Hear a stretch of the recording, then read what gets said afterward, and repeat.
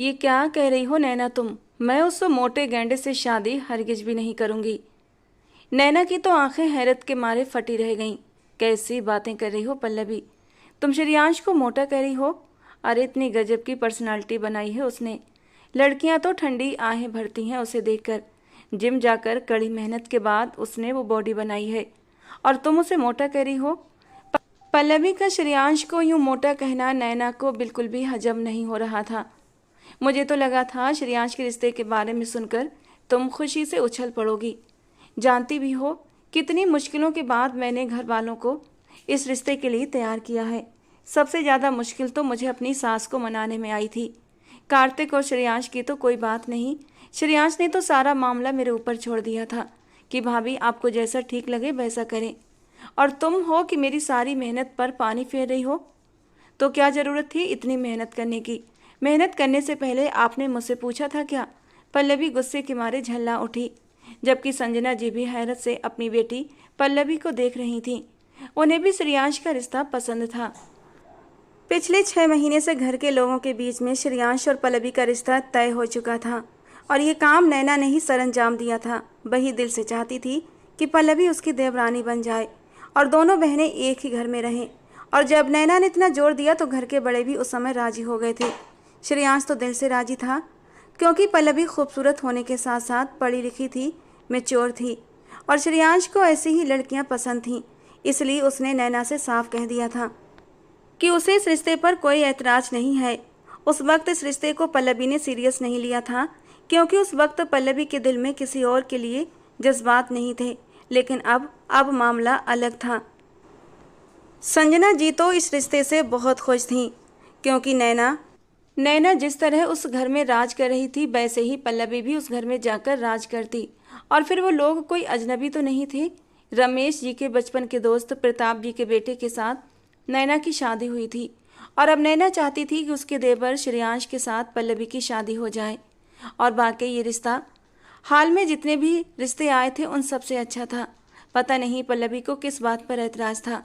Kitchen से चाय लेकर आती तनु के कदम भी ठिठक गए। ट्रे टेबल पर रखते हुए वो पल्लवी से कहने लगी, लेकिन पल्लवी दीदी, आप श्रेयांश भैया से शादी क्यों नहीं करना चाहती? इतने अच्छे हैं वो, इतने क्यूट से, कितनी प्यार से बात करते हैं। जबकि नैना को तनु का यूं अपने फैमिली मैटर के बीच बोलना एक आंख नहीं भाया। अपनी औकात में रहा करो, तुमसे किसी ने राय नहीं मांगी है। जाओ जाकर दोपहर के खाने की तैयारी करो। अच्छा सा लंच तैयार करना, कार्तिक आज यहीं लंच करेंगे। वो गुस्से से भड़कते हुए बोली तो तनु उदास मन से किचन में चली आई, जबकि नैना पल्लवी को इस रिश्ते के लिए तैयार करने लगी। अपने आंसू पोंछते हुए तनु दोबारा से काम में लग चुकी थी। इस घर में उसे नैना की तरफ से हमेशा तिरस्कार ही मिला था। बाकी सब लोग उस पर जान नहीं छिड़कते तो इस तरह उसका अपमान भी नहीं करते थे। संजना मामी और सुरेश मामा उसकी ज़रूरतों का ख्याल रख लेते थे। पल्लवी की तो बात ही अलग थी। घर में सबसे ज़्यादा पल्लवी ही तनु का ख्याल रखती थी, और तनु को भी पल्लवी से दिली लगाव था। बहन के मरने के बाद सुरेश जी अपनी बहन की आखिरी निशानी को अपने घर ले आए थे, और संजना जी ने भी कोई ऐतराज़ नहीं जताया था। उनकी 2 बेटियां थीं। तनु भी रह लेती तो उन्हें कोई फ़र्क नहीं पड़ता था, और वैसे भी तनु एक सीधी सादी मासूम सी बच्ची थी। रात होते होते ये फैसला हो गया था कि श्रेयांश और पल्लवी का रिश्ता होगा, और सबके दबाव देने पर पल्लवी ने इस रिश्ते से इनकार नहीं किया था। लेकिन तनु ने पल्लवी की आंखों में दुख और बेचैनी के भाव देखे थे, और ऐसा क्यों था ये राज भी बहुत जल्दी ही खुलने वाला था। जोर शोर से शादी की तैयारियां शुरू हो चुकी थीं। नैना ने बहुत जल्दी मचाई हुई थी। वो जल्द से जल्द अपनी बहन पल्लवी को अपने घर लाना चाहती थी, और इसीलिए शादी की तारीख सिर्फ 15 दिन के बाद की रखी गई थी। देखते ही देखते 15 दिन भी गुजर चुके थे, और आज बारात थी। पूरे घर में चहल पहल मची हुई थी। पल्लवी को दुल्हन बनाकर कमरे में बिठा दिया गया था। कुछ ही देर में बारात आ जानी थी, और फिर दूल्हा दुल्हन को मंडप में बिठाना था। तनु कमरे के कोने में सहमी हुई बैठी थी। बाहर शादी की रौनक अपने चरम पर थी।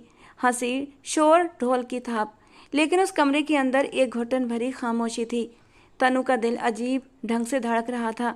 उसके हाथ पैर भी सुन्न पड़ने लगे थे।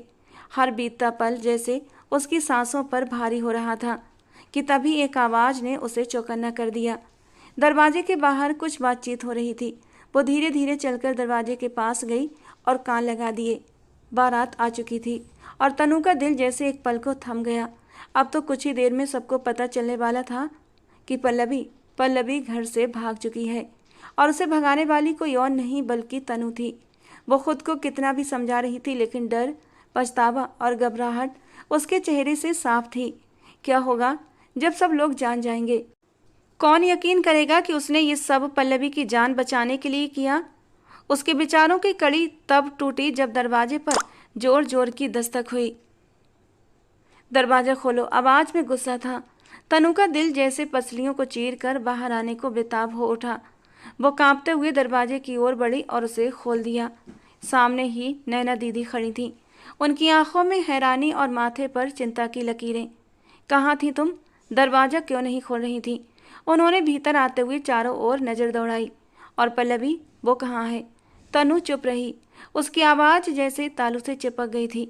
मैं तुमसे कुछ पूछ रही हूँ तनु, बोलो। नैना ने उसके करीब आकर उसके कंधे पकड़ लिए, जबकि तनु की आंखों में आंसू भर आए थे। पल्लवी अब यहाँ नहीं है दीदी।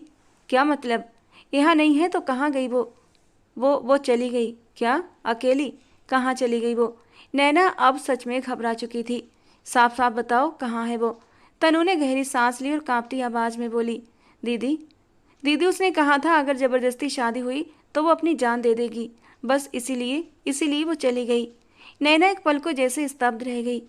हम सबकी इज्जत मिट्टी में मिलाकर चली गई। नैना की आंखें अब भीग चुकी थीं। कहीं कुछ तो बताया होगा ना उसने। कहाँ ढूंढे हम उसे? क्या हासिल करना चाहती है वो ये सब करके? तनु अब फूट फूट कर रो रही थी। मुझे नहीं पता दीदी, मैं सच कह रही हूँ। नैना ने तेजी से दरवाजा बंद किया और अंदर की कुंडी लगाकर जमीन पर बैठ गई। उसका सिर थककर दीवार से जा टिका। उसका फोन लेकर गई है ना? उसने अचानक पूछा। तनु ने धीरे से सिर हिलाया। नैना ने तुरंत पल्लवी का नंबर मिलाया। घंटी जा रही थी। उसके चेहरे पर एक पल के लिए उम्मीद की झलक दिखी। बस एक बार उठा लो पल्लवी, बस एक बार। लेकिन कॉल कट गई। नैना का चेहरा अब और भी बुझ गया। अब क्या होगा? नैना ने दोबारा से पल्लवी का नंबर मिलाया, लेकिन इस बार फोन बंद था। उसकी उम्मीद की आखिरी डोर भी अब टूट चुकी थी। वो धीरे धीरे जमीन पर बैठ गई। चेहरा थकान और पछतावे से झुका हुआ था।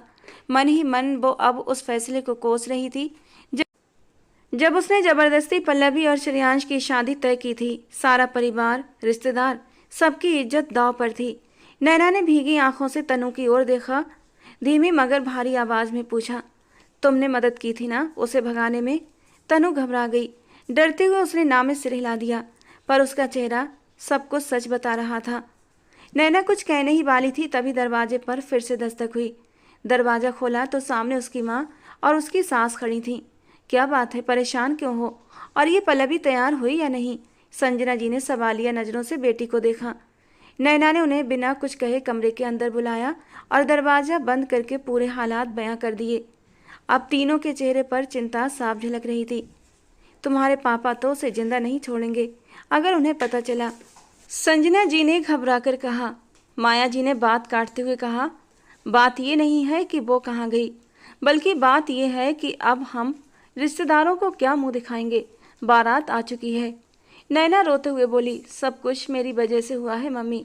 श्रेयांश ने मुझ पर भरोसा किया और मैंने उस पर पानी फेर दिया। पल्लवी ने तो मेरी गर्दन झुका दी सबके सामने। संजना जी चुपचाप तनु की ओर देखने लगी। एक बेटी भाग गई और दूसरी का दुख भी उन्हें नजर आ रहा था। और फिर एकाएक बोली, हमें ज़्यादा सोचने की ज़रूरत नहीं, एक हल है हमारे पास। क्या हल? माया जी ने चौंक कर पूछा। तनु और श्रेयांश की शादी करवा देते हैं, यही सबसे सही समय है। जब तक लोग जान पाएंगे कि पल्लवी भाग गई है, हम इज्जत समेट चुके होंगे। ये क्या कह रही हो तुम? माया जी ने विरोध करना चाहा। बहन जी, तनु भी तो हमारी ही बेटी जैसी है ना, और हम लोगों की इज्जत इससे बच जाएगी। आप बस प्रताप भाई से बात कीजिए। नैना को ये सब सुनकर जैसे किसी ने जमीन से उखाड़ दिया हो। मम्मी, आप होश में तो हैं? तनु अभी सिर्फ 17 साल की है। श्रेयांश से उसकी उम्र में 11 साल का फर्क है। आप कैसे सोच सकती हैं ऐसा? ऐसा नहीं सोचूं तो क्या करूं? अब तुम्हें तनु में भी कमी दिख रही है? सिर्फ 17 साल की है तो क्या हुआ, 2 महीने बाद 18 की हो जाएगी। जब लड़की बालिग होने के करीब हो तो उसकी शादी में कौन सी बड़ी बात रह जाती है। संजना जी ने नैना की बात को अनसुना करते हुए साफ लहजे में कहा, लेकिन नैना बिल्कुल नहीं चाहती थी कि पल्लवी की जगह तनु उसकी देवरानी बने। तनु से तो उसे शुरू से ही चिढ़ रही थी और अब तो उसे अपने बराबर कैसे देख सकती थी। अब तुम बहस मत करो, मैं खुद तुम्हारे पापा से बात करने जा रही हूँ, और प्लीज़ माया तुम भी जाकर प्रताप भाई से बात करो। कहती हुई वो कमरे से बाहर निकल गई और कुछ ही समय में स्थिति पूरी तरह से बदल चुकी थी। बिना किसी की सहमति लिए श्रेयांश और तनु की शादी की रस्में शुरू हो चुकी थीं।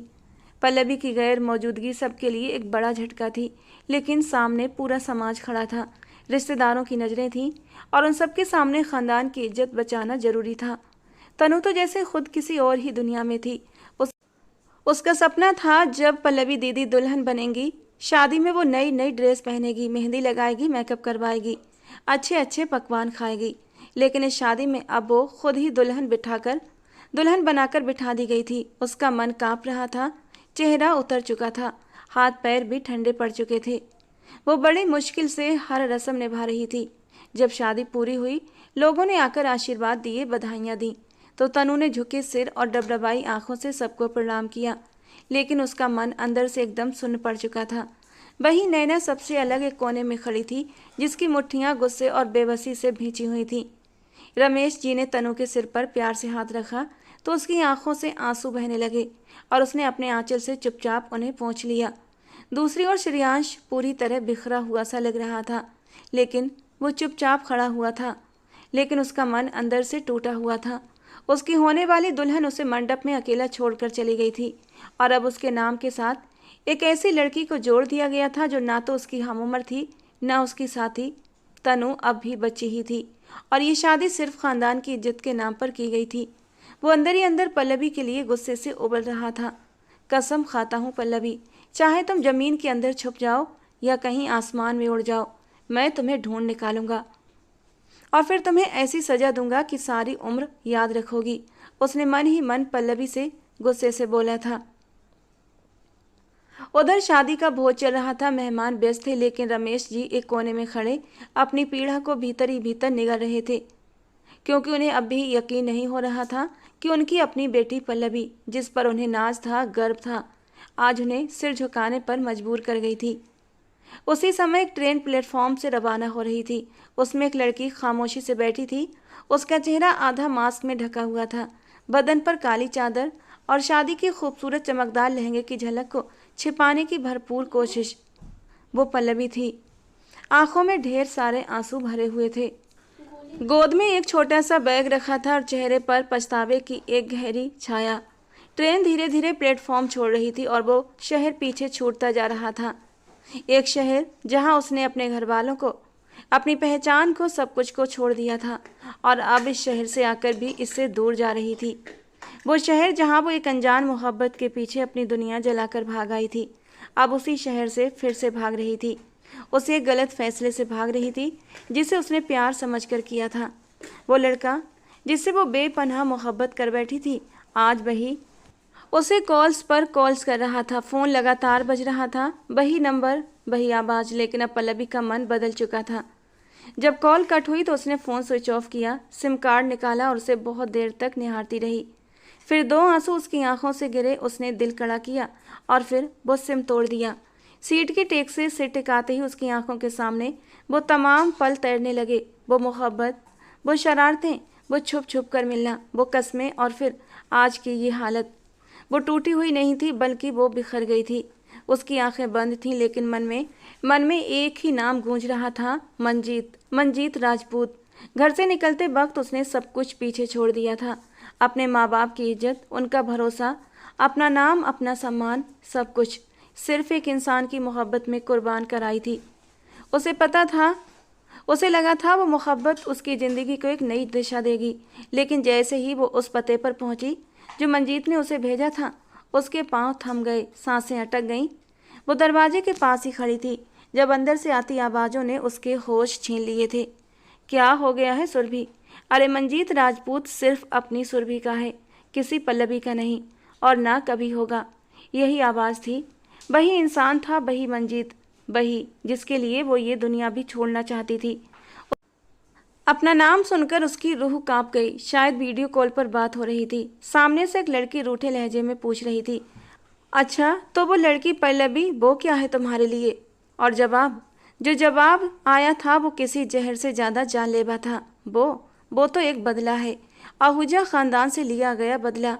उस श्रेयांश ने मेरे बिजनेस को तबाह किया था और मैंने उसकी इज्जत को, उसके सम्मान को मिट्टी में मिला दिया। जिस दिन वो लड़की अपने घर से मेरे लिए निकली, उसी दिन मैंने जीत हासिल कर ली। अब देखना कैसे उसे उसकी औकात दिखाता हूँ। उसे लगता है कि मैं उससे सच्ची मोहब्बत करता हूँ। बेवकूफ़ कहेंगी, इतनी भी अक्ल नहीं उसमें कि ये समझे अगर पीछे खाई थी तो आगे कुआं है। उसके हर शब्द में जहर था, नफरत थी, तिरस्कार था, और अगर कुछ नहीं था तो वो थी मोहब्बत। वहाँ न इज्जत थी, न एहसास, न कोई जुड़ाव। सांस रोककर, आंखों में आंसू भरकर पल्लवी वहीं खड़ी सब कुछ सुनती रही। उसकी आंखें तो एकदम पत्थर की हो चुकी थीं और दिल ऐसा लग रहा था मानो किसी ने निचोड़ कर फेंक दिया हो। उसने एक आखिरी बार उस इंसान की तरफ देखा जिसे वो अपना सब कुछ मान बैठी थी, और फिर बिना कुछ कहे, बिना किसी शिकवे के, बिना किसी आहट के वो वापस मुड़ गई। आज उसे पहली बार समझ आया कि गलती मंजीत की नहीं, कसूरवार तो वो खुद भी थी। हाँ, वही जो अपने अपनों को छोड़कर एक पराये की झूठी बातों में आ गई, जो अपनी माँ की गोद, बाप के आशीर्वाद, बहन की मुस्कान और भाई के भरोसे को त्याग कर एक गैर के इश्क में अंधी हो गई थी। उसे क्यों लगा कि जिस रास्ते में अपनों की दुआएं ना हो, सिर्फ एक शख्स की चाहत हो, वो उसे सच्ची खुशियाँ देगा। कैसे मान लिया उसने कि मोहब्बत सिर्फ पाने का नाम है, देने का नहीं। अब वो वहाँ से निकल चुकी थी, लेकिन कहाँ जाना है ये सवाल उससे चिपक कर बैठ गया था। हैदराबाद से मुंबई आ चुकी थी, लेकिन इस अनजान शहर में उसका कोई भी नहीं था। बहुत देर तक वो यूं ही रास्तों पर भटकती रही। फिर उसे अपनी एक पुरानी सहेली याद आई जो उसके साथ पढ़ती थी और अब शादी के बाद मुंबई में ही रहती थी। एक बार वो उसके घर पहले भी आ चुकी थी, तो उसे उसका पता याद था। अब वही एक उम्मीद बाकी बची थी, क्योंकि वापसी का कोई रास्ता नहीं बचा था। सारे पुल तो वो खुद जला चुकी थी। अब अगर कुछ बचा था तो बस खुददारी, और अगर वो भी न बचती तो शायद वो जिंदा न रह पाती। लेकिन खुद को मार लेने से अच्छा उसे यही लगा कि अब वो खुद के लिए एक नई जिंदगी चुने, दर्द से भरी मगर सच्ची। वो चाहती थी कि जो दर्द उसने अपनों को दिया है, वैसे ही तकलीफ वो खुद भी महसूस करे। ट्रेन तेज रफ्तार से भाग रही थी और उसका दिल डर और पछतावे के बोझ तले दबा जा रहा था। उसे नहीं पता था कि जिस दोस्त के पास वो जा रही है वो उसे अपनाएगी भी या नहीं, पर फिर भी वो भगवान के भरोसे जा रही थी। दिल में तनु का ख्याल भी बार बार दस्तक दे रहा था। न जाने वो मासूम लड़की जिसे वो अपनी जगह छोड़ आई थी, इस तूफान से कैसे जूझ रही होगी। घर में विदाई की रस्में शुरू हो चुकी थीं, लेकिन रमेश जी का मन बुरी तरह से विचलित था। तनु ने अभी अभी 12वीं क्लास पास की थी और उसके आगे पढ़ने के सपने थे। उसकी आंखों में उम्मीदें थीं, लेकिन उन सब पर जिम्मेदारी का पहाड़ टूट पड़ा था। रमेश जी ने आखिरकार अपनी बेचैनी प्रताप जी के सामने जाकर रख दी। सब कुछ बता दिया, अपनी लाचारी, अपनी चिंता और मन का दर्द। प्रताप जी ने गहरी सांस लेते हुए कहा, रमेश फिक्र मत करो, मेरा बेटा श्रेयांश बहुत समझदार है, वो सब कुछ संभाल लेगा। और रही बात तनु की, तो अब वो मेरी बहू है, मैं उसे बेटी की तरह रखूँगा। उसकी पढ़ाई से लेकर हर जिम्मेदारी मेरी है। वो जहाँ तक पढ़ना चाहे पढ़ सकती है। अब बस चैन से बैठो, बचपन की दोस्ती पर कोई आँच नहीं आने दूंगा। रमेश जी की आंखें भर आईं। उन्हें उम्मीद की एक किरण दिखाई दी। तनु की विदाई हो गई थी। उसने ये शादी सिर्फ इसलिए स्वीकार की क्योंकि संजना जी की डांट और उनके दबाव के आगे वो कुछ कह न सकी। रमेश जी ने जितनी नरमी से उसे कहा वो इनकार करने की हिम्मत न कर सकी और चुपचाप श्रेयांश की दुल्हन बन गई। जब वो अपनी ससुराल पहुंची तो उसका स्वागत बहुत ही भव्य तरीके से किया गया, लेकिन तनु भीतर से कांप रही थी। वो समझ नहीं पा रही थी कि कहाँ क्या बोलना है, कैसे रिएक्ट करना है। उसका डर और झिझक माया जी ने तुरंत भांप लिए और उन्होंने सारी रस्में कैंसिल कर दी। तनु को सीधा श्रेयांश के कमरे में भेज दिया गया। नैना के चेहरे पर कड़वाहट साफ दिखाई दे रही थी। उसके दिल में आग धधक रही थी। वो तनु को देख रही थी, लेकिन उसकी आंखों में सिर्फ पल्लवी की छवि थी। वो मन ही मन बुरी तरह बड़बड़ा रही थी, एक बार हाथ लग जाओ पल्लवी, अपने हाथों से तुम्हारा गला घोंट दूंगी। कमरे के दरवाजे पर रुकते हुए नैना ने तनु से कहा, अगर किसी चीज़ की ज़रूरत हो तो बता देना। कपड़े चेंज करने हैं तो सब अलमारी में है। पल्लवी का साइज लगभग तुम्हारे जैसा ही है, इसलिए सब इस्तेमाल कर सकती हो। वैसे ही जैसे उसका छोड़ा हुआ पति तुमने अपना लिया, तो चीज़ों को इस्तेमाल करने में संकोच बिल्कुल भी मत करना। उसकी आवाज़ में जहर था, तंज था, लेकिन 17 साल की तनु इन बातों का मतलब समझने के काबिल नहीं थी। वो तो कमरे की खूबसूरती और उसमें अकेले होने के एहसास से ही डर रही थी, वो भी एक अजनबी मर्द के साथ। उसका दिल कर रहा था कि नैना से कहे, मुझे यहाँ से ले चलो, मुझे डर लग रहा है, पर उसके होंठ बंद थे, आवाज़ गुम थी। मंजीत कमरे के कोने में खड़ा था, उसकी आंखें गुस्से से भरी हुई थीं। वो बुरी तरह टूटा हुआ था। एक नंबर की झूठी निकली। कहती थी मुझसे मोहब्बत करती है, अगर कहती होती तो आज यहाँ मेरे पास होती, मेरी दुल्हन बनकर। वो पल्लवी को याद करते हुए दिल ही दिल में गुस्से से तप रहा था। धोखेबाज, बेवफा लड़की। मंजीत राजपूत गुस्से से झल्लाता हुआ अपनी गाड़ी की ओर बढ़ा। सुरभि से बात खत्म करने के बाद वो नीचे आया था और काफ़ी देर तक पल्लवी का इंतजार करता रहा, लेकिन वो नहीं आई।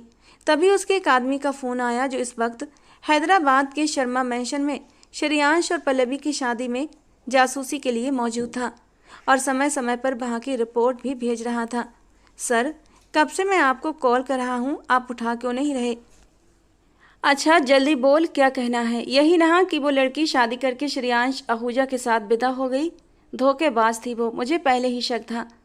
मंजीत ने नफरत से कहा और गर्दन झटक दी। नहीं सर, उस आदमी ने आवाज़ में घबराहट के साथ कहा, आप गलत समझ रहे हैं। उनकी बेटी पल्लवी तो घर छोड़कर भाग गई है और शादी श्रेयांश की रमेश जी की बहन की बेटी तनु से हुई है। ये सुनते ही मंजीत के होश उड़ गए, उसका पूरा वजूद सुन्न हो गया। क्या क्या क्या कहा तुमने? उसको अपनी आवाज़ तक अच्छे से सुनाई नहीं दे रही थी। मैं सच कह रहा हूँ सर, पल्लवी मैडम तो गायब हैं। श्रेयांश ने तो घर में हंगामा मचा दिया था, लेकिन शादी तनु से कर दी गई। नहीं नहीं, ये नहीं हो सकता। आखिर वो घर से भागी है और मेरे पास नहीं आई, तो फिर कहाँ गई? ये सवाल मंजीत को किसी थप्पड़ की तरह लगा। उस आदमी ने हैरानी से कहा, सर वो तो सिर्फ आपको ही जानती है, अगर आपके पास नहीं गई तो फिर और कहाँ जा सकती है?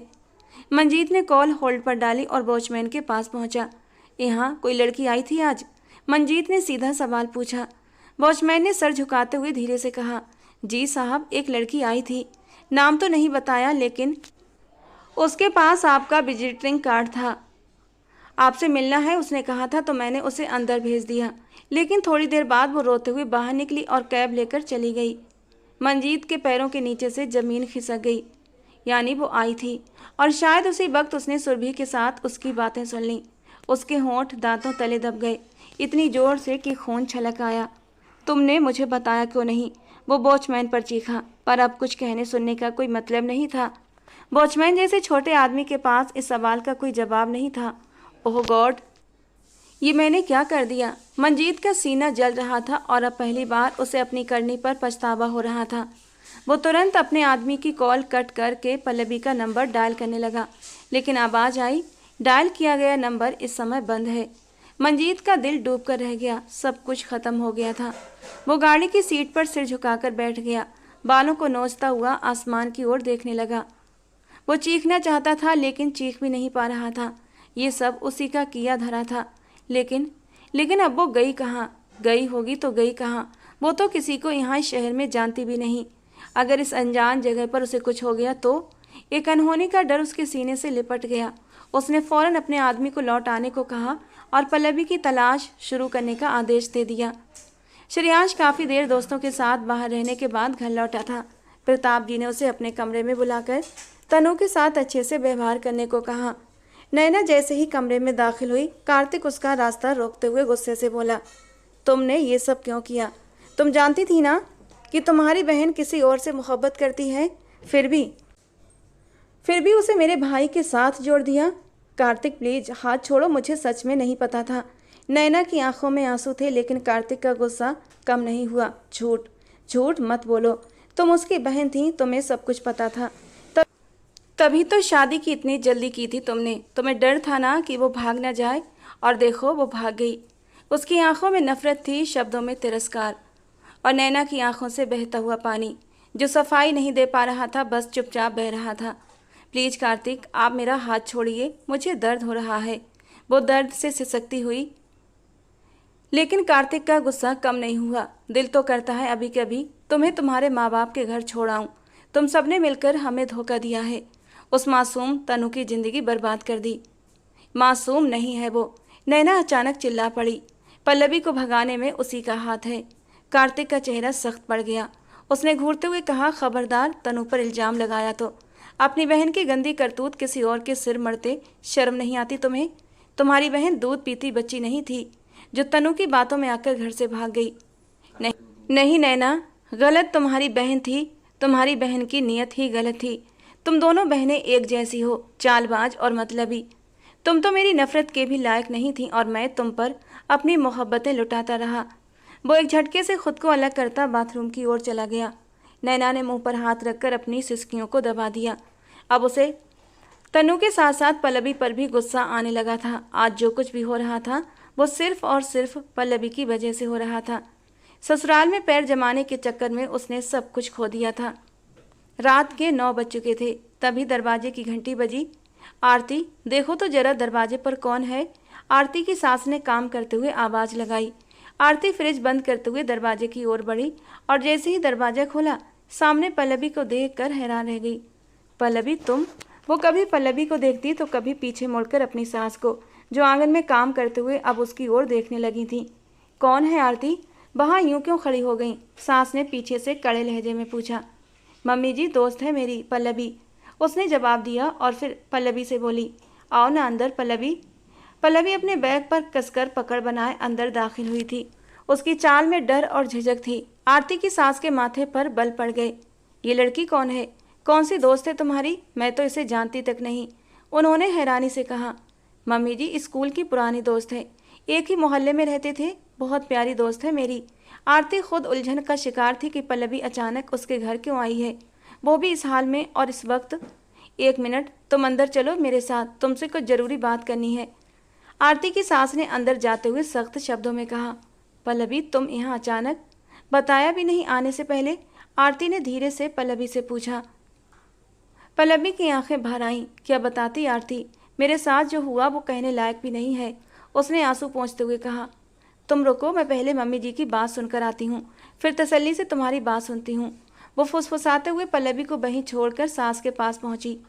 ये क्या तरीका है, आधी रात को किसी के घर आना, वो भी अकेली लड़की? कौन है ये, किस खानदान से है? सास ने सवालों की बौछार कर दी। रिलैक्स मम्मी जी, पल्लवी मेरी बहुत अच्छी दोस्त है, शायद किसी परेशानी में है इसीलिए आई है, आरती ने धीमे स्वर में जवाब दिया। कहाँ से आई है? सास ने दोबारा पूछा। पहले हैदराबाद में थी, शायद अब यहीं कहीं है, आरती ने सर झुकाते हुए कहा। मतलब तुम्हें खुद ही पता नहीं? अभी इसी वक्त उसे वापस भेजो, ये कोई सराय नहीं है, सास ने ठंडी लेकिन तीखी आवाज में फैसला सुना दिया। मम्मी जी प्लीज, वो हमारे घर मेहमान बनकर आई है और मेहमान तो भगवान का रूप होते हैं। आरती ने धीमे स्वर में अपनी सास को समझाने की कोशिश की, पर सास का चेहरा सख्त हो चुका था। बिन बुलाए मेहमान जान का बवाल होते हैं आरती, मैं कह रही हूँ उसे घर वापस भेजो। भगवान न करे बाद में पता चले कि वो घर से भागी हुई है तो क्या करेंगे हम, सास ने दांत किचकिचाते हुए तीखे स्वर में कहा। तभी पीछे से पल्लवी की टूटी आवाज उभरी। आंटी, मैं यहाँ सिर्फ आज रात के लिए रुकूंगी, प्लीज इंसानियत के नाते ही सही, बस इतनी सी मदद कर दीजिए। मैं सुबह होते ही यहाँ से चली जाऊंगी, मेरी वजह से आपको या किसी को भी तकलीफ पहुँचे ऐसा मैं सोच भी नहीं सकती। उसकी आवाज़ में जितनी लाचारी थी उतनी ही आत्मगिलानी भी। उसकी बात पर सास ने मुंह फेर लिया, जबकि आरती खुद शर्मिंदा सी खड़ी रह गई। ऐसी बात नहीं है पल्लवी, मम्मी जी का वो मतलब नहीं था, तुम जब तक चाहो यहाँ रह सकती हो। आरती ने तुरंत बात संभालने की कोशिश की, लेकिन पल्लवी के चेहरे पर मुस्कुराहट नहीं लौटी। वो समझ चुकी थी कि यहाँ भी उसका ठहरना अब एक रात का है। उधर मंजीत रात भर सड़कों पर भटकता रहा, जैसे उसका चैन, उसकी नींद और उसका होश सब कुछ कहीं खो गया हो।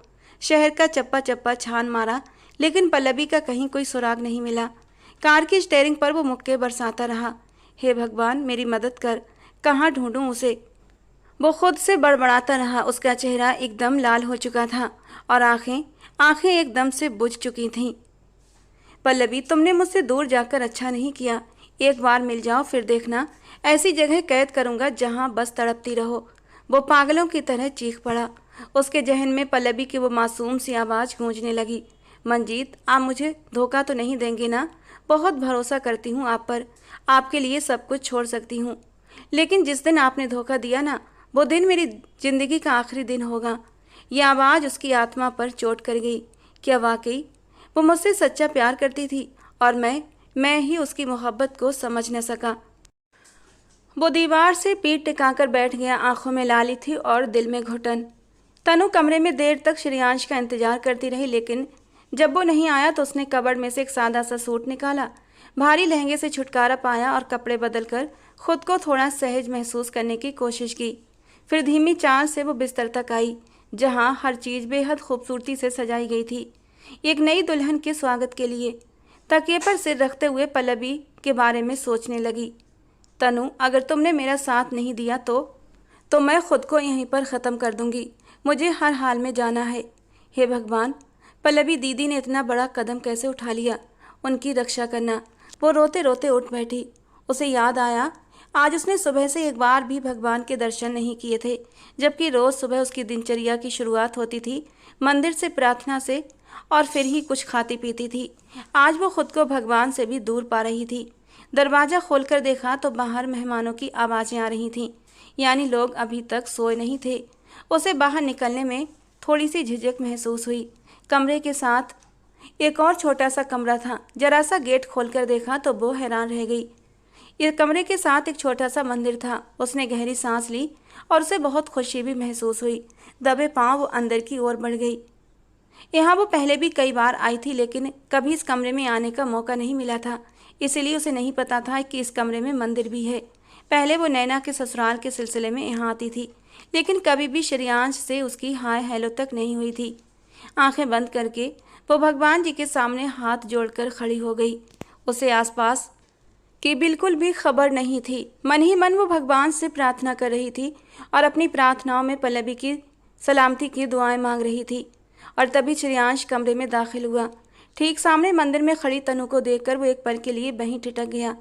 धीरे से 2 कदम आगे बढ़ा और मंदिर के दरवाजे तक गया।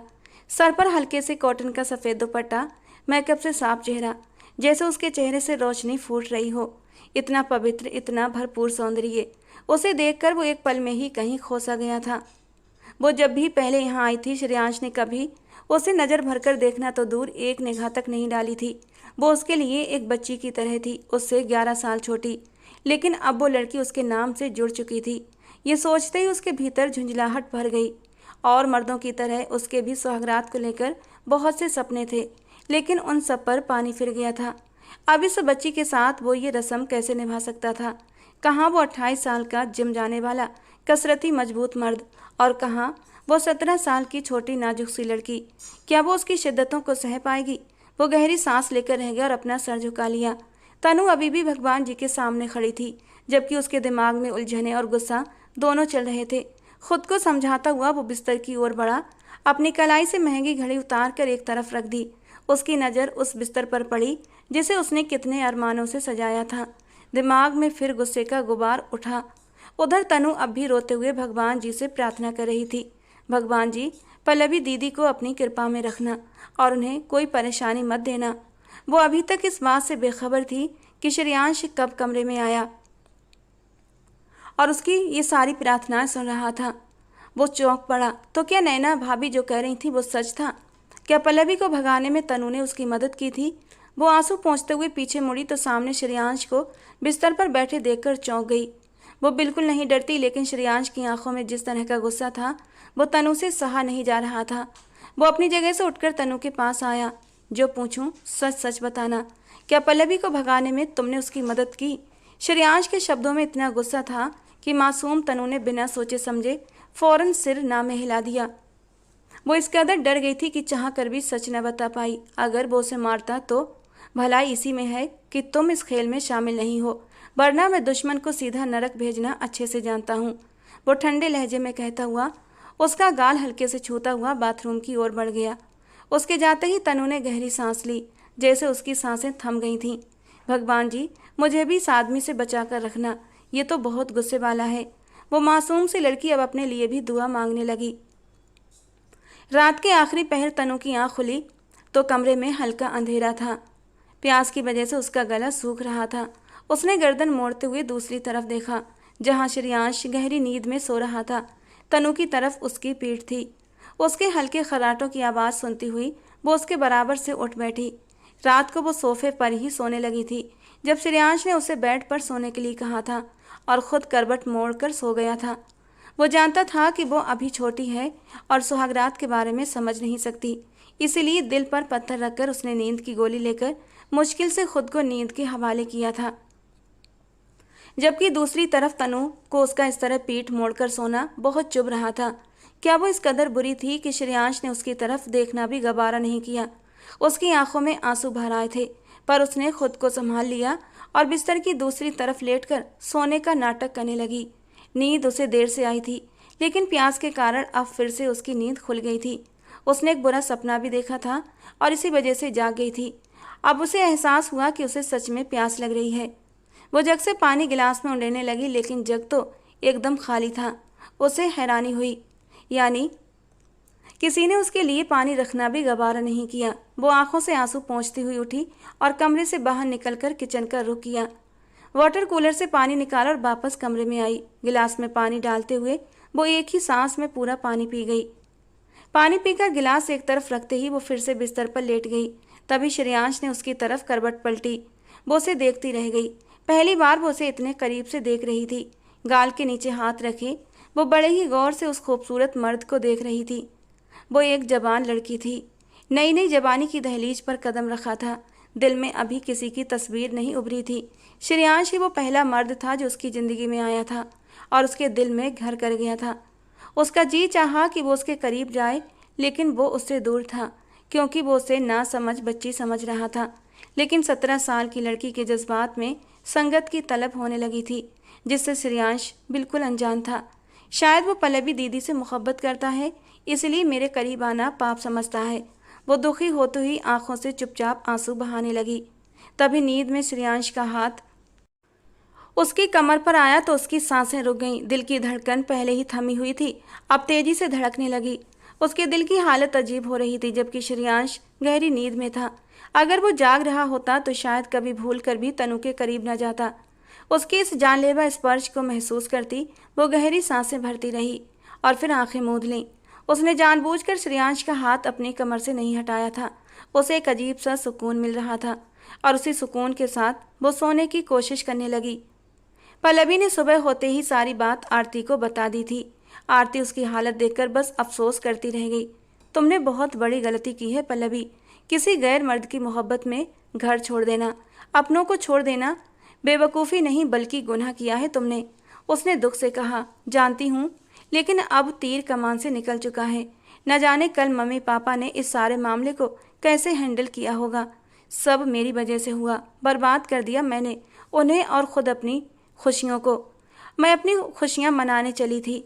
आरती, कैसी खुशियाँ देख लो, मैं अब भी खाली हाथ हूँ, कुछ भी नहीं है मेरे पास।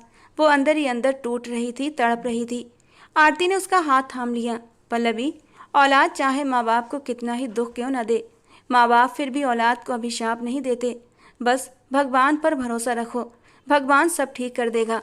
उसने पल्लवी को समझाया तो पल्लवी गहरा सांस लेते हुए हाँ में सर हिला गई। मैं आज ही यहाँ से चली जाऊँगी, तुम प्लीज़ मुझे किसी अच्छे से NGO का एड्रेस दे दो, क्योंकि मैं ही यहाँ किसी को नहीं जानती सिवाय तुम्हारे। पल्लवी ने अपने आंसू पोंछते हुए कहा। पल्लवी, मेरी सास थोड़ी सख्त है, मुझे पता है वो तुम्हें यहाँ रहने की इजाज़त नहीं देंगी, जबकि मेरा बस चले तो मैं तुम्हें यहाँ से कहीं न जाने दूँ। आरती ने दुख से कहा। इसमें मैं तुम्हें गलत क्यों समझने लगी, बल्कि मुझ जैसी लड़की को तो मर जाना चाहिए आरती, पता नहीं क्यों जिंदा हूँ अब तक। पल्लवी बोली। भगवान से अच्छी उम्मीद रखो पल्लवी, वो सब बेहतर कर देगा। मैं खुद भी कभी ज़्यादा बाहर नहीं निकली, लेकिन समीर से कहती हूँ, वो पता करवा देगा, फिर तुम चली जाना। समीर रात को काफ़ी लेट घर आया था और आरती ने उससे पल्लवी के हवाले से बात की थी, जिस पर वो चुप हो गया था। खैर, अभी तो वो सो रहा था। पल्लवी को ज़बरदस्ती नाश्ता करवाकर वो कमरे से बाहर आई। मैं जब घर वापस आऊं तो ये लड़की घर पर न मिले। उसकी सास अपने किसी जानने वाले के घर जा रही थी, लेकिन जाने से पहले अपनी बहू आरती को वार्निंग देना नहीं भूली थी, जो बस दुख से सर हिला गई। पति की मौत के बाद उन्होंने ये संभल संभल कर घर बनाया था। सिंगल मदर थी, जिस वजह से वो कुछ ज़्यादा ही गुस्से वाली हो गई थी और उनके अंदर कड़वाहट भर गई थी। आरती उनकी तबीयत अच्छे से समझती थी। समीर से उसकी शादी को अभी 6 महीने ही हुए थे। समीर बहुत अच्छी नेचर का मालिक था, आर्मी ऑफिसर था, लेकिन अपनी आरती पर जान छिड़कता था। सांस के निकलते ही आरती ने फौरन कमरे की ओर जाते समीर को जगाना चाहा। समीर, प्लीज उठो ना। वो उसे उठाते हुए धीरे से बोली। क्या हुआ, क्यों परेशान हो, बोलो, सब कुछ खैरियत तो है ना? वो उसकी ओर मुड़ता नींदी आंखों से देखने लगा। जी, वो एक काम था आपसे, आरती ने हिम्मत करके कहा। मैं सुन रहा हूँ, बोलो, समीर बेड से टेक लगाते हुए बोला। आरती ने अपनी दोस्त पल्लवी का जिक्र किया कि वो बेआसरा है, उसे किसी अनाथ आश्रम में जाना है, जबकि बाकी सारी बातें वो जानबूझकर गोल कर गई। आप किसी अच्छे से एनजीओ का पता करवा दें, मैं उसे वहां भेज दूंगी, वो जल्दी से बोली। तो समीर कुछ पल के लिए सोच में पड़ गया। इस तरह के एरियाज ठीक नहीं होते आरती, जगह जगह ऐसे एनजीओ बने होते हैं, जबकि हकीकत इनकी कुछ और ही होती है। खैर, थोड़ा वक्त लगेगा, मैं पता करवा देता हूँ। वो वापस लेटने लगा। प्लीज़ समीर, आज ही। मम्मी जी ने कहा है मेरे आने से पहले वो चली जाए, और उसका कोई नहीं है, वो कहाँ जाएगी? आरती के लहजे में हमदर्दी उतर आई थी अपनी दोस्त के लिए। डोंट वरी आरती, मैं कुछ करता हूँ। समीर ने उसकी अपनी दोस्त की इतनी फिक्र पर मुस्कुराते हुए कहा और फिर उठकर बैठ गया तो वो हल्के से मुस्कुरा दी, जबकि समीर ने अगले पल उसे खींचकर खुद के करीब कर लिया। सबकी फिक्र है, लेकिन पति की नहीं। थका हारा आया है, कुछ चाय पानी भी नहीं पूछा। वो उसके होठों की तरफ इशारा करते हुए बोला तो वो शर्माकर उसके सीने में समा गई। सारी रात नैना ने आंखों में काटी थी। कार्तिक उससे बहुत नाराज हो गया था और अब वो उसकी तरफ देखना भी गवारा नहीं कर रहा था, जिस पर नैना का दिल दर्द में डूबा हुआ था। सुबह उठते ही बिना नैना से बात किए वो कमरे से निकल गया। नैना का दिल चाहा पल्लवी सामने हो और वो उसका मुंह थप्पड़ों से लाल कर दे। आज श्रेयांश का रिसेप्शन था। नैना बाहर आई तो नाश्ते की टेबल पर श्रेयांश और तनु को पहले से मौजूद देखकर थोड़ा सा चौंकी। क्या बात है नैना, आज कुछ ज़्यादा ही देर से जागी हो? पता भी है घर में नई नवेली दुल्हन आई है, बजाय उसकी खातिर करने के तुम अपनी खातिर करवा रही हो। सास की चुपती आवाज़ कानों से टकराई तो नैना ने एक निगाह तनु की ओर डाली, जो बुरी तरह से घबरा गई थी। ऐसे क्या देख रही हो?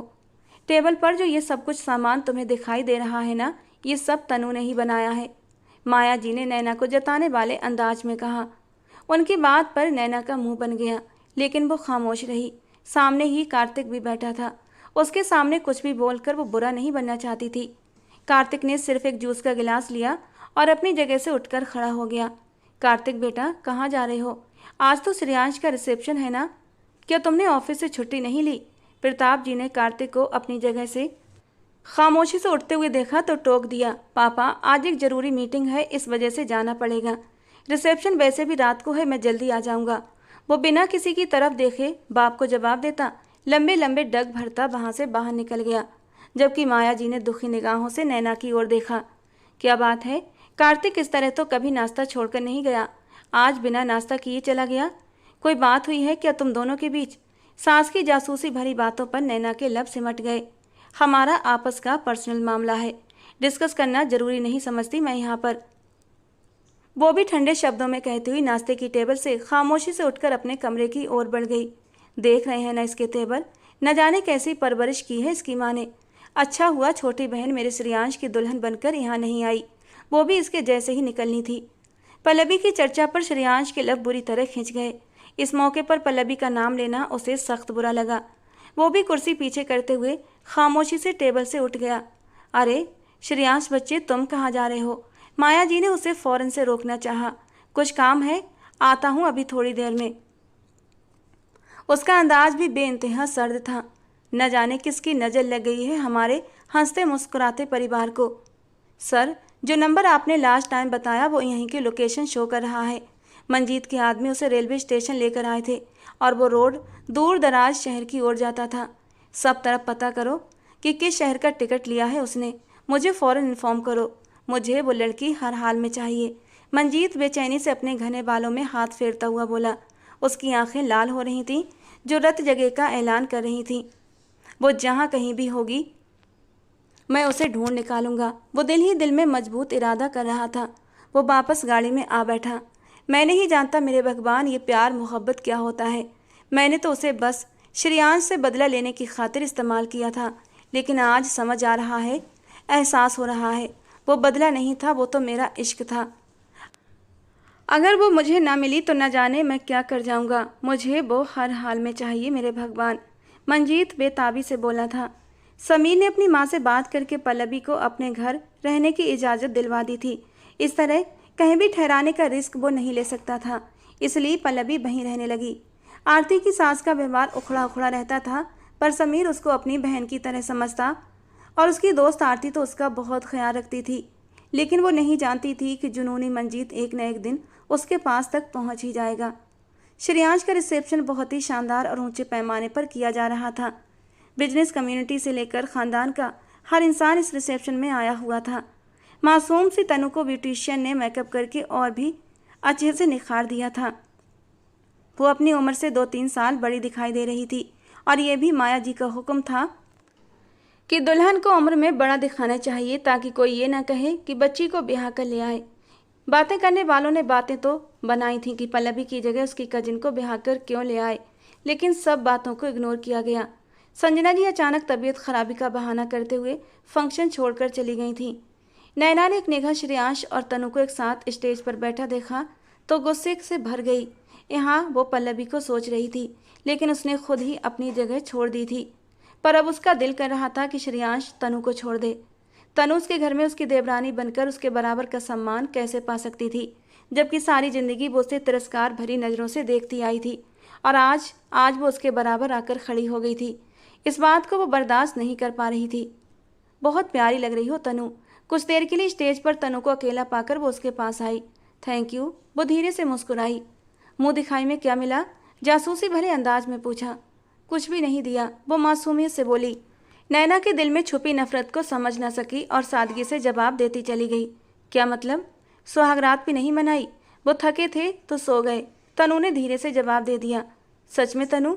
मतलब तुम्हें देखा भी नहीं, तुम्हारी तारीफ भी नहीं की और मुंह फेर कर सो गया? नैना ने मजाक उड़ाने वाले अंदाज में कहा। तनु ने एक नज़र नैना को देखा और सर झुका गई। अमेजिंग, मतलब उसे तुम्हारे अंदर कोई ख़ास बात नहीं लगी कि वो तुम्हारे करीब आता? खैर, ये सब तो किस्मत की बातें होती हैं। उसे सर से पांव तक देखती नैना तंज से कहकर उठ गई, जबकि उस मासूम की आंखों में आंसू भर आए। क्या बात है श्रेयांश, क्या तनु अच्छी नहीं लगी तुम्हें? अब वो श्रेयांश को अकेला देखकर जलती पर तेल का काम करने आई थी। क्या मतलब आपकी इस बात का? वो सीने पर बाजू बांधे तीखे अंदाज में बोला। क्यों छुपा रहे हो? तुमने तनु को मुंह दिखाई भी नहीं दी, बेचारी इतनी अपसेट है, नैना ने अफसोस से कहा। तो श्रेयांश ने दांत पीसते स्टेज पर बैठी तनु की ओर देखा। आपसे मतलब? यह हमारा पर्सनल मैटर है, आपको ज़रूरत नहीं बीच में बोलने की। वो पहले ही पल्लवी की वजह से भड़का हुआ था और नैना की बात उसे और भी सुलगा रही थी। ओह, पर्सनल मैटर? लेकिन वो तो तुम्हारी ये नासमझ दुल्हन सबके सामने खोल कर बैठी है, तुम्हारी इज्जत का फालूदा कर रही है। वो तो मैंने उसे टोका तो मुझे भी रोकर बताने लगी कि तुम उसके करीब भी नहीं गए, बल्कि उससे पीठ फेर कर सो गए। नैना की बात पर श्रेयांश का चेहरा खतरनाक हद तक लाल पड़ गया था। तनु उम्र में छोटी जरूर थी, लेकिन इतनी भी नहीं कि कमरे की बातें खोल खोल कर दूसरों को बताती। वैसे तुम्हें उसे पहली रात ही नकेल डालकर रखना चाहिए था, ताकि तुम्हारी इज्जत सबके सामने 2 कौड़ी की ना होती। नैना ने मुंह बनाते सर हिलाते अफसोस से कहा। आपकी बहन ने जो कारनामा किया है ना, उसके बाद मुझे नहीं लगता हमारे ख़ानदान में किसी की इज्जत 2 कौड़ी की भी बची है। वो तो इन बातों को समझती नहीं, लेकिन आप तो समझती हैं ना, आपकी बहन भी समझती है। और रही बात उसके करीब जाने की, वो थोड़ा और अपनी भाभी के पास झुका, ठंडे लेकिन धीमे लहजे में बोला। तनु मेरी बीवी है, जब चाहूँ जिस वक्त चाहूँ उससे अपना हक ले सकता हूँ। जायज़ रिश्ता है उसका मेरे साथ। आप जाकर अपनी बहन की गुमशुदगी का मातम मनाइए, जो शादी जैसे पवित्र रिश्ते के बगैर इस घर से भाग गई है और अब किसी गैर मर्द की बाहों। श्रेयांश, नैना ने गुस्से से उसकी बात काटी, लेकिन जो भी वो कह रहा था सच बोलकर उसे चोट पहुंचा रहा था। क्या हुआ? अपनी बारी? सच बर्दाश्त नहीं हुआ? अगर सुनने की हिम्मत ना हो तो बोलने से पहले सोच लिया करो। वो उन्हें आईना दिखाता हुआ बाहर की तरफ कदम बढ़ा गया। नैना उसकी बातों पर गुस्से से बल खाती रह गई। तनु रिसेप्शन के बाद फ्री होती कमरे में आईने के सामने खड़ी अपनी सिल्वर ब्लैक रंग की कीमती साड़ी में खुद को देखती हुई धीमे धीमे मुस्कुरा रही थी। कल तो बस घर पर ही तैयार हुई थी, लेकिन आज उसे बिल्कुल दुल्हनों की तरह सजाया गया था। अपने चेहरे को गौर से देखते हुए और अपने चेहरे के हर नक्श को धीरे धीरे अपनी उंगलियों से छूकर महसूस करने लगी। फिर अपनी महंगी ज्वेलरी को देखती शर्माती सी मुस्कुरा रही थी। आईना उसे अपनी तारीफ करता दिखाई दिया। क्या ही हो जाता अगर श्रेयांश जी मेरी थोड़ी सी तारीफ कर देते। कितने कंजूस हैं, मुंह दिखाई भी नहीं दी। कितना शर्मिंदा हुई भाभी के सामने। वो मुंह ही मुंह में बड़बड़ाती रही और फिर अपने कानों से इयररिंग निकालने लगी कि तभी श्रेयांश धार से दरवाजा खोलकर अंदर दाखिल हुआ। उसे यूं गुस्से से अंदर आता देख उसका हाथ कान के पास जाता रुक गया था।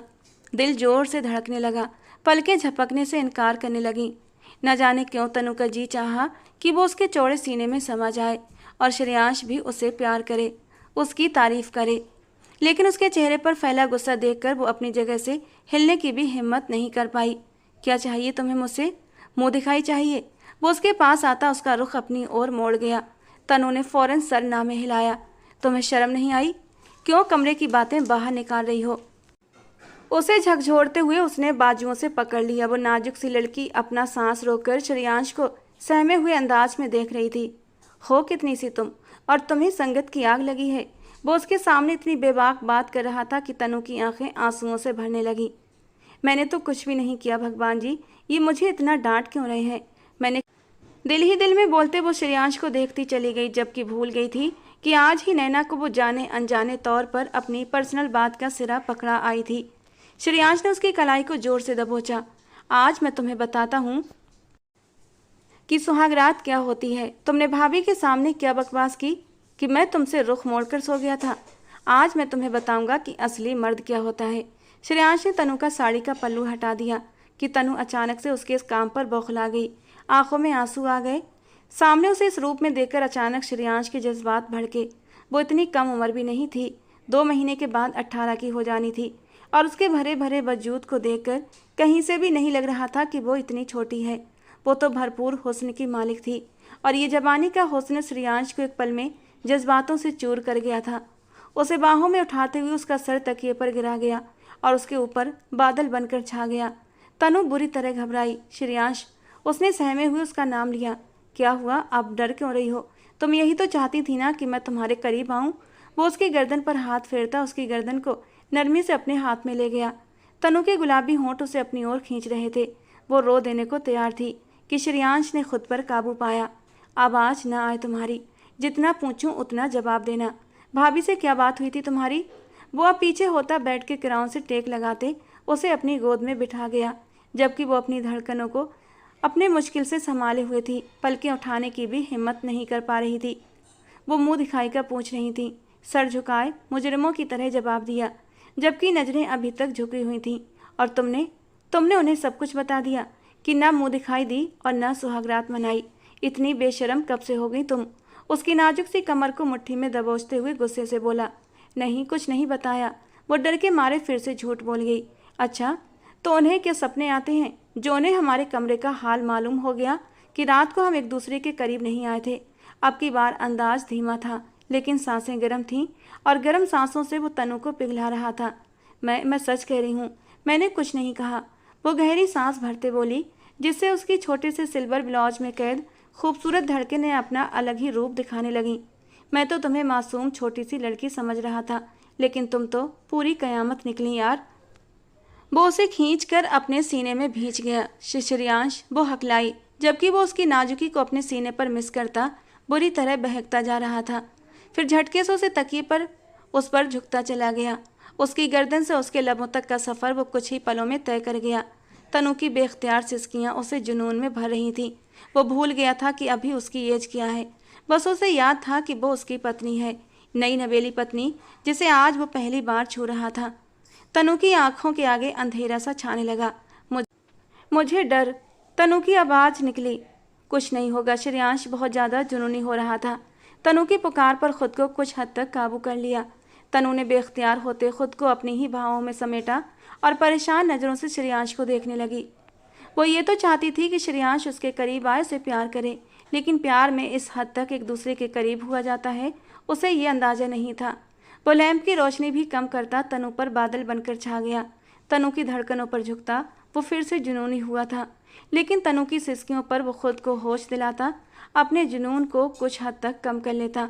लेकिन गुजरती रात में उसका जुनून कभी सर चढ़कर बोलता तो कभी सामने वाले की नाजुकता देखकर नरम पड़ जाता। उसकी बहकी मोहब्बत भरी संगत में धीरे धीरे तनु भी पिघलती जा रही थी, लेकिन कुछ मीठा मीठा दर्द था जो उसकी आंखों में नमकीन पानी भर गया था और अब वो आंसू की सूरत में तकिए में गिरता जा रहा था। लगभग 3 साल बाद आहूजा मेंशन में सभी इस वक्त बहुत खुश थे। नैना और कार्तिक की भी आपस में सुलह हो गई थी। वक्त रहते कार्तिक ने नैना को समझाया और तनु को उसकी जगह देने को कहा, ताकि घर में सब कुछ ठीक हो जाए और कोई तमाशा ना लगे। भगवान ने नैना को अभी तक औलाद नहीं दी थी, लेकिन अब कार्तिक ने उससे वादा किया था कि वो औलाद के लिए कभी भी दूसरी शादी का नहीं सोचेगा। भगवान ने औलाद देनी होगी तो नैना से ही देगा। कार्तिक ने उसे यकीन दिलाया। तब वो अपने आप को धीरे धीरे बदलती चली गई और आज श्रेयांश और तनु के 1 साल के बेटे को बिल्कुल अपनी माँ की तरह चाहती थी, बिल्कुल भी जलन या नफरत नहीं करती थी। श्रेयांश ने सच्चे मन से तनु को अपनी पत्नी स्वीकार कर लिया था, बल्कि उसकी मोहब्बत में पूरी तरह डूब भी चुका था। उसकी मासूमियत, उसकी खूबसूरती ने श्रेयांश के दिल को अपने काबू में कर लिया था और उन खुशियों को पूरा किया था उनके बेटे ने आकर। आहूजा मेंशन में खुशियों का माहौल था, क्योंकि आज आहूजा मेंशन के इकलौते वारिस की पहली सालगिरह थी। केक कटना था, लेकिन सभी नन्हे शोभित को जगा जगा कर परेशान थे। वो पेट भरते ही सो गया था और अब उठने का नाम नहीं ले रहा था। जबरदस्ती जगाना चाहा तो वो रोने लगा, इसीलिए केक कट नहीं हो पा रहा था। प्रताप जी श्रेयांश को हाथ के इशारे से अपने पास बुला रहे थे। वो अपनी बीबी को एक आंख बिंक करता हुआ उनके पास चला गया। सब खुश थे, सबके चेहरे जगमगा रहे थे कि अचानक एक धमाके से दरवाजा खुला। सबकी नजरें वहीं टिक गईं। पल्लवी को खड़ा देखकर सभी हैरान रह गए। उसके साथ खड़े इंसान को देखकर श्रेयांश का दिमाग एकदम घूम गया। तनु के कदम अचानक ही श्रेयांश की ओर उठे। वो उसके पास जाकर खड़ी हो गई। जानती थी कि वो बहुत गुस्सैल है, कहीं गुस्से में कुछ गलत न कर दे। इन 3 सालों में वो जान गई थी कि उसकी मौजूदगी श्रेयांश के गुस्से को ठंडा कर देती है। पल्लवी अपने साथ खड़े मंजीत राजपूत के बाजू को मजबूती से थामे खड़ी थी, जो आज जबरदस्ती उसे यहाँ लेकर आया था। मंजीत ने 2 दिन में ही उसे ढूंढ लिया था, लेकिन उसे मनाने में उसे पूरे 2 साल लग गए थे। वो उसे माफ़ नहीं कर पा रही थी, लेकिन मंजीत भी पीछे हटने वालों में से नहीं था। उसने उसे मना कर ही दम लिया और पूरे 2 साल बाद उससे शादी करके अपने घर ले आया था। पिछले 1 साल से वो उसकी पत्नी बनकर उसके साथ तो रह रही थी, लेकिन अजनबियों की तरह। उसने हंसना बोलना तक छोड़ दिया था। मंजीत को अपनी गलती का एहसास हो चुका था और फिर अपनी गलती को सुधारने के लिए उसने पल्लवी के घर वालों से फ़ोन पर बात की। उन सब से पल्लवी के लिए माफ़ी भी मांगी और तब तक बात करता रहा जब तक उन्होंने पल्लवी को माफ़ नहीं कर दिया। अब वो श्रेयांश के पास गया, लेकिन उसने मिलने से इनकार कर दिया। पल्लवी के लिए वो सबके आगे हाथ फैलाने लगा।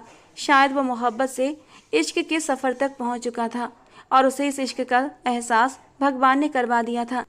धीरे धीरे वो सबको पल्लवी के लिए मनाता चला गया, बिना उसकी जानकारी के। और आज एक फंक्शन का कहकर ज़बरदस्ती उसे अपने साथ लेकर चला आया था। पल्लवी को इस बारे में कुछ भी पता नहीं था। अब यहाँ आकर वो डर रही थी। उसके सामने सब अपने खड़े थे, आंखों में आंसू लिए बोलते हुए मंजीत का बाजू मजबूती से थामे वो उनकी ओर देखने लगी। उसकी आंखों में शिकवा था। इससे पहले कि वो वापस पलट जाती, मंजीत ने उसका हाथ थामकर सिर झुकाया और उसको लिए उसके माँ बाप की ओर बढ़ा। वो डरते डरते मंजीत के पीछे छुप गई और रोने लगी। मंजीत ने उसे अपने पीछे से आगे लाकर उसके माँ बाप के सामने खड़ा कर दिया। संजना जी उसे देखकर रो पड़ी और फिर अचानक ही अपनी बाहें फैला दी। वो हैरान होती उनके सीने से जा लगी। रमेश जी की ओर डरते हुए देखा और उनके आगे हाथ जोड़ दिए। होंठ कुछ बोलने के काबिल नहीं थे। उसके पापा ने भी आगे बढ़कर अपने सीने से लगा लिया। नैना और कार्तिक ने भी उसे माफ़ कर दिया। सब ने उसे माफ़ कर दिया था, लेकिन माफ़ी ऐसे ही नहीं मिली थी। इस सब के लिए मंजीत ने क्या क्या नहीं सुना था, क्या क्या नहीं सहा था, ये सिर्फ वही जानता था। पल्लवी ने श्रेयांश की ओर देखा तो वो रुख फेर गया। उसका चेहरा गुस्से से लाल था। तनु ने श्रेयांश की कलाई थामी तो उसने तनु की तरफ देखा तो दिल एकदम शांत हुआ। इसी बीच नन्हा शोभित उसके कंधे से मुंह निकाल कर जोर से रोना शुरू कर गया तो सबका ध्यान उसकी ओर खिंच गया। तनु ने उसे अपनी बाहों में लिया तो वो चुप हो गया। माँ की गोद से सबको एक नज़र देख रहा था और हैरान भी हो रहा था। भाई लो, हमारे पोते का अब मूड ठीक हो गया है तो केक कट कर लिया जाए। प्रताप जी ने शोभित को अपनी गोद में लिया और केक कटिंग सेरेमनी में सबने मिलकर शोभित को अपने दादा के साथ केक काटते देखा और तालियां बजाईं। माफ़ नहीं कर सकते तुम दोनों, पल्लवी ने तनु और श्रेयांश की ओर देखकर कहा। तनु का बस नहीं चल रहा था कि वो फौरन आगे बढ़कर बहन के गले लग जाए, लेकिन श्रेयांश की वजह से वो अपने दिल की बात नहीं सुन रही थी। श्रेयांश ने एक नज़र मंजीत को और फिर एक नज़र पल्लवी को देखा और कहा, अपने बच्चे की वजह से मैं सब कुछ भूल चुका हूँ। मैंने तुम लोगों को माफ़ कर दिया। इतना कहते ही वो शोभित की ओर बढ़ गया। तनु ने झुककर पल्लवी को गले से लगाया। पल्लवी दीदी, आप बहुत कमज़ोर हो गई हैं, अपना ख्याल नहीं रखती क्या? वो रोते हुए उससे पूछ रही थी, जबकि पल्लवी तो मुस्कुरा भी ना सकी। Thank you Manjeet. रात को सोने के लिए लेटे तो वो मंजीत के सीने पर सर रख गई। आज शादी के पूरे 1 साल बाद वो मंजीत के करीब आई थी कि मंजीत का दिल धड़कना ही भूल गया। आई एम सॉरी पल्लवी, मेरी वजह से तुमने क्या कुछ नहीं सहा, मुझे एहसास है। और भगवान की कृपा कि उसने मुझे इतनी हिम्मत और सब कुछ सही करने का हौसला दिया कि समय रहते सब कुछ ठीक हो गया। वो उसकी गर्दन पर अपने होंठ रखता हुआ बोला और उसे अपनी बाहों के घेरे में ले लिया। मंजीत, आई एम सॉरी, मैंने आपका बहुत दिल दुखाया। जोड़ भी सकती हो अपनी मोहब्बत से, वो उसे अपने करीब करता हुआ सरगोशी भरे अंदाज में बोला। तो पल्लवी ने पलकें झुकाईं और उसके होंठों पर अपने होंठ रख दिए और उसके अंदर तक सुकून उतर गया। दोस्तों, आज की हमारी कहानी आपको कैसी लगी कमेंट बॉक्स में ज़रूर बताना। पसंद आई हो तो प्लीज़ लाइक करना। रोज़ एक नई कहानी के लिए हमारे चैनल को सब्सक्राइब करना। मिलते हैं दोस्तों अगली किसी नई कहानी में।